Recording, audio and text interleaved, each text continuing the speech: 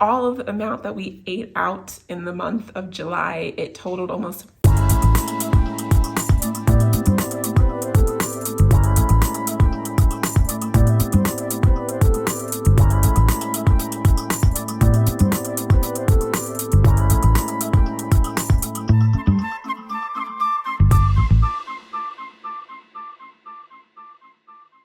Hello everyone and welcome back to our channel. This is the July recap. If you are new here, every month we recap the prior month. If you want to see our other monthly recaps, we have a playlist specifically for monthly recaps where you can see all the rest of the recaps from the beginning of the year till now. July was a little bit of a fun month for us and we'll get into that later on. But we definitely want to change things a little bit about how we're doing things at least once a year with the strictness of our budget and things like that. So we always start out with mortgage updates. In the month of July, we paid $5,130 to our mortgage. Of that, only $300 went to interest, $4,830 went to principal. Of that $5,130, $130 came from our cash back. If you guys don't already know, we do use credit cards, and any cash back we receive, we put on our mortgage.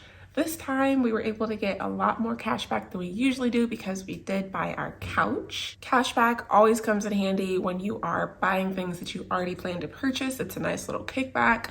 So any big purchases we make, even smaller ones, things that are planned, we definitely want to put on a credit card ourselves because we want to maximize the amount of cash back we can get. $130 may not seem like a lot on the mortgage, but every dollar definitely counts. And we did, of course, document our whole couch buying experience. If you did not already watch that, that will be linked in the description. So in the month of July, we did bring our mortgage balance from $119,810 to $114,980. So as I am filming this video, we are officially under $115,000. We are well on our way to being under $110,000.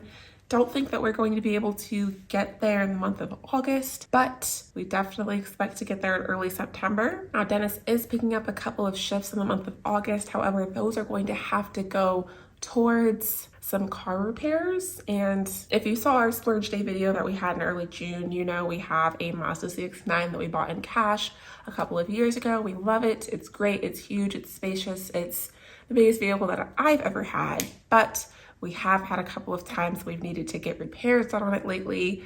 Last year in 2022, we got the rear brakes and rotors done. And this year, when we were having it inspected during an usual oil change, they did let us know a few things that we should get done on the vehicle. Majority being just things that we should be getting done due to it approaching 100,000 miles at this point.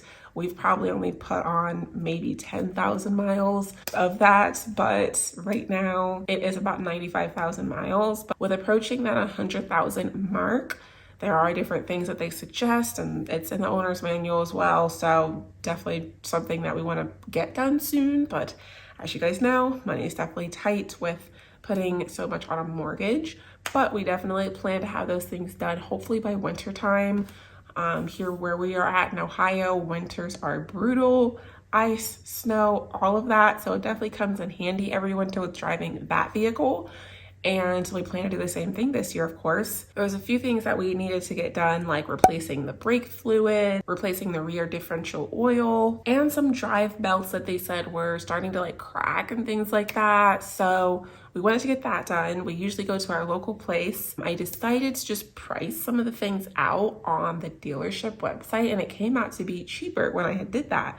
So I called the dealership just to be sure. I'm like, hey, you guys are like a lot cheaper than my local repair place. Are these prices on your website accurate?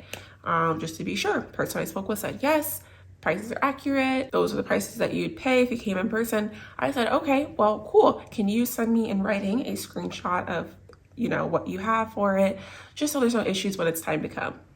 Yes, they did that. Great. Got there to drop off the vehicle, and when you come up, they confirm everything you're there for. They have you sign off like on the prices, and I saw the 3 things I was getting done with a price next to each of them. In my mind, I knew all the repairs that I was getting done was out the door, it was going to be about $340, well, before tax. So when I get there, they have the 3 items listed, and then next to each item, they have how much it costs for each item. And I saw like something said 2 something, something else said 1 something, and then something else was like less than $100. And so I, didn't take out my calculator to check like, hey, let me add all this up real quick. I'm just like, it looks like that's about $340, $50, sure. So I went ahead and signed off on it. And then when I got home, or the next day is when they were working on it, it's really nice actually. They have the repair person or the specialist do a whole video letting you know what they're seeing on your vehicle.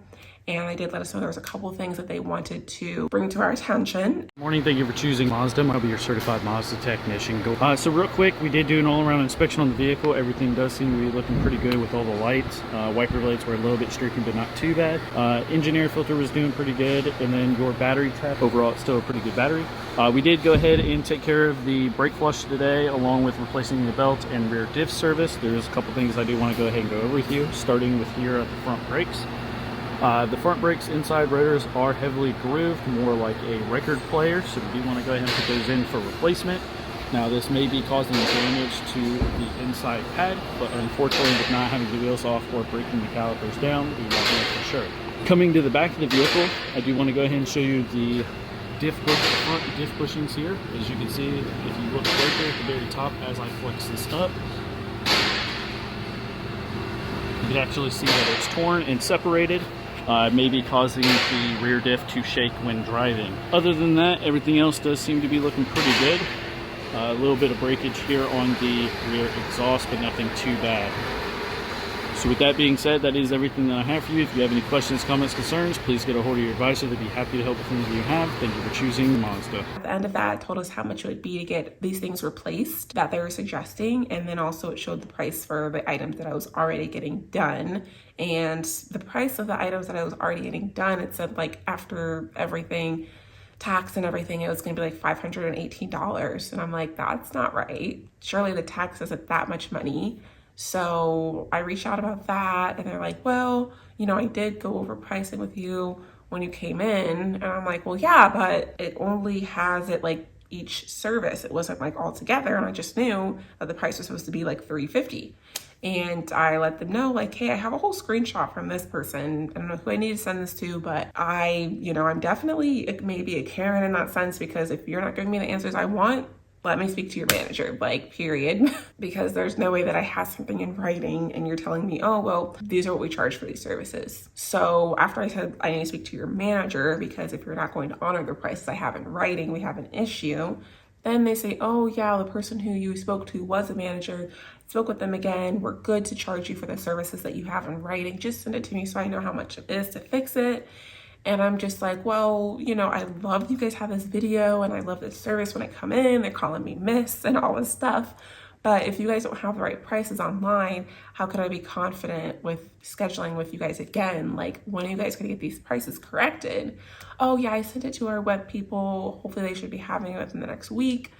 And I'm just like, I don't know, still doesn't make me feel confident that maybe some other services that you don't have the website correct with, like, what have you. It was 2 of the 3 prices that were incorrect online. So anyway, they told us, the issues that we have with our vehicle. And I decided that, I was going to call my local place again just to see like, hey, how much do you guys charge for these services? Because for us, what the dealership was quoting was like maybe $1,300 out the door for these things. And so I called my local place that I always go to, like that we go every single time. And I actually sent them the video just so there was no miscommunication. And he said that they would charge basically like $150 to $200 less. So I scheduled with them. But that just goes, to tell you, I was really excited about the cheaper prices. And yes, going someplace else did still ultimately have me end up paying less. But you just never know. I definitely suggest for that, anyone, get everything you can in writing, because people will just definitely try to do that to you. And I'm not saying this is malicious intent. Maybe they truly just weren't aware, but it shouldn't be my job to triple check this business, like checking online, calling to check, and then triple checking it by taking out my calculator when I get there. Like, that just shouldn't be my job. So get everything in writing. I always do, like, and I just don't be afraid to escalate it. If they call you Karen, whatever, I don't care. But just do what you have to do to save money. So needless to say, money that Dennis has been making from his part-time job is just going straight to a sinking fund for car repairs. We probably have maybe like 150 of this $1,100, so we should be getting some extra in August that will hopefully take care of that and cover it. But that just goes to show you that where money is, like, it's pretty tight. Things are already pretty tight as far as what we talked to you guys about before with trying to shell out as much as we are towards this mortgage. Don't regret it at all. Can't wait till we're done though. In additional news with the mortgage, in the month of July, we did take our scheduled payoff from June of 2034 to February of 2034. So with the month of July, you know, definitely it was a big month for just trying to focus on my mental health. If you haven't seen our last video, definitely check that out. I get a little bit transparent, you know, a little vulnerable regarding my work situation right now. The first week and a half of July was actually off on PTO, taking time off. So I did not do any overtime for the first 2 weeks, just because it is based off hours worked with my job. And then the second 2 weeks of July, I did do overtime. I did about 5 hours a week, which isn't bad. I typically aim for 10 hours of overtime per pay period. But additionally, in the month of July, I definitely finally came to the conclusion and just began to be at peace with deciding that the position that I'm currently in, I'm definitely going to have to move out of soon. It's unfortunate, but it's necessary. You know, fortunately, the whole time I've been within my company, I've had an exceeds rating every year, except for like my first 6 months with the company. Basically, I get evaluated every year, and I've definitely exceeded expectations every year. I definitely go above and beyond with my job a lot, and I feel that'll show in multiple ways. So I'm excited for others to be able to see that, and also to be an asset to the company in other departments doing other things. So I do have some new information or an update regarding job stuff. You may already know if you follow us on Instagram. I'll definitely go into more detail within this video. So one last thing regarding numbers in the month of July. As you all know, we definitely leave in high yield savings accounts. If you don't know what that is, there are banks out there that actually pay you dollars rather than cents when it comes to the amount of money that you have in your savings account. If you do not already have a high yield savings account, I definitely recommend it, because there are just banks out there that just show their appreciation 10 times more. Our APY continues to increase. I believe like a year or two ago, we were at like 1%, and now we're at 4.25%. So definitely worth it to check it out if that's something that you'd be interested in. In the month of July, we did have $68.16 paid to us in interest on our savings. So another thing that we did talk about on our channel in the month of July, we opened a 529 for our kids. We were super excited about that. It felt like a sense of accomplishment and just something that we just didn't have to worry about finally starting anymore. I feel like with myself, that's typically the hump that I have to get over. Like, it's in a mental state. Just once you start, then at least you can add money as you please. So we did do $100 for each of our kids. And I did check where we were at after, once, you know, as I'm filming this video, it's August now. And it says that it went up a little bit and then it went down. It's not something that we're obviously planning to check like once a week or anything like that. I just checked to see where it was at for the purpose of this video. And when we're ready, we'll add more money. It's not something that we're going to be adding money to on a consistent basis yet, but we definitely plan to add it here and there as we can throughout the year. So in that video, we went in great detail. We'll have that link down below for you guys as well. So now we want to do a little bit of accountability. Like I said, the month of July was definitely different for us, and we didn't do what we usually do. And we usually talk about how we eat out twice a month, and we're very strict with that, but we definitely splurged a lot in the month of July. The reason for that, I'm definitely going to say it started with a bonus that I had received from work just a couple of days before July started. And honestly, we work so hard and we are so strict with everything. So having a surplus of money, we definitely wanted to appreciate that some. And it's our oldest son's birthday, was in early July. We knew for his birthday, we were not going to have any limitations buying anything he wanted that day, eating out, everything like that. We had dessert, breakfast, lunch, dinner, everything. Like, it was a great day. And that's just not something that we can say we regret. Of obviously, this is our son's birthday, and he is not by any means paying the cost for us wanting to pay off our mortgage in such a short amount of time. We don't have that affect them in any way. Anything they need, all their needs and wants are fulfilled. So that was a lot of fun. He definitely appreciated it. It was a great day. But then, of course, the birthday ended, and I'll speak for myself. I didn't want the fun to end. We had extra money, and at that point we were really just spending to our heart's content. At that point, we set aside extra money for spending, and I did add everything up for the purpose of this video. I usually do our budgeting on a numbers, Apple numbers, which is the equivalent to Microsoft Excel. All of the amount that we ate out in the month of July, it totaled almost $500. It was $480. Of course, that includes the birthday and everything like that. And it was fun just having some guilt-free spending, being able to just, whenever we wanted to eat out, just eat out.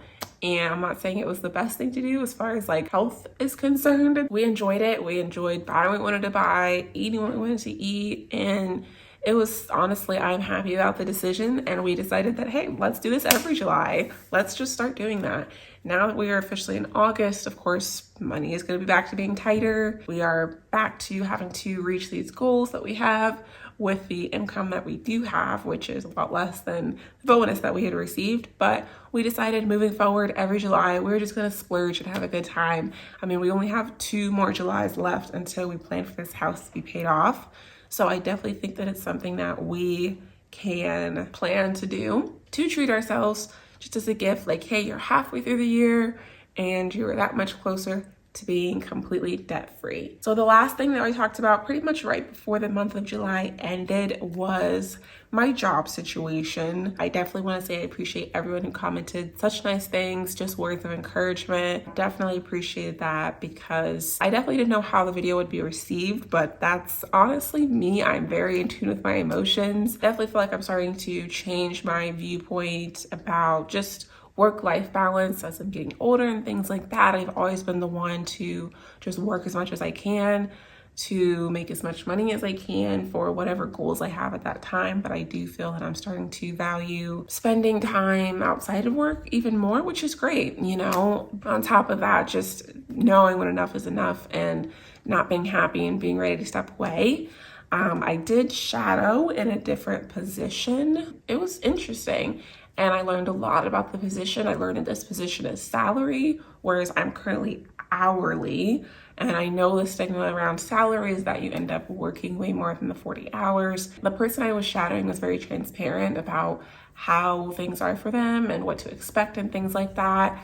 And they definitely let me know that, they don't work more than 40 hours. And I know as a whole, the company I work for, they try to do the right thing as far as work-life balance and things like that. And I know that I think there's that stigma around managers who work more than they do. I know my manager does sometimes. They work more than they have to, maybe. But I also know there's a lot of managers that do not do that. So I definitely am open to it. These are the pros and cons that I already had jotted down regarding the position. You guys will have to tell me in the comments what you think as far as, would this be a yay or nay for you? And if it would be a yay or nay, why? I don't know at this point. I haven't even applied for the position. I was just shadowing or learning more about it, finding out what a day is like for that specific individual. I'm thinking about doing it again with a different person, just because everyone works differently. Everyone has different perspectives, things like that. So I'm thinking about meeting again, maybe even listening to some of their calls. As it says, they do take calls. Personally, I have been in a role where I've not had to take calls for at least a year now. So having to be back on the phones full time, it's an adjustment. I don't really want to, but I do feel like with the increase in pay, it might be worth it. And then also the flexibility of being salary that I was told about sounds very appealing.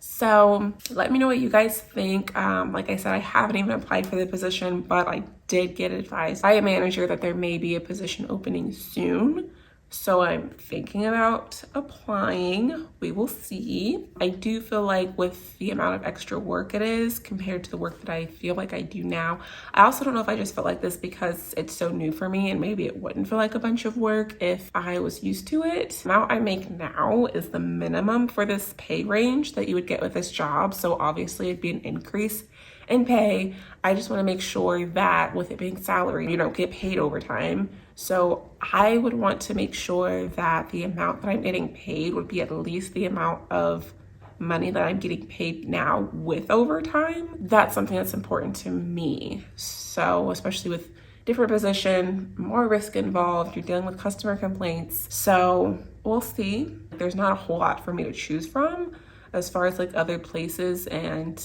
other things that you could possibly do. To my knowledge, I'm really not interested in going into management at this point. The other option that I was interested in as far as positions, it's like another audit role, which is somewhat what I'm kind of beginning to do now. And I know that that is not a pay increase at all. It's the same, but you're off the phone. So I would have to decide what's more important to me. I do feel like there's just a lot of benefits with the phone role though. So we'll see. More to come on that. Definitely will keep you guys updated. I have discussed with my manager a little bit that I am, open to new positions, kind of just letting them know like, hey, I am doing this now. There's only a few of us on this current team, but I am interested in keeping my eyes open for other positions. Definitely wish me luck. It's definitely scary to have to change out of a role that you're so used to, but I know I'm doing it for the betterment of my mental health. But thank you so much for watching. And if you are new, please subscribe and we will see you in our next video.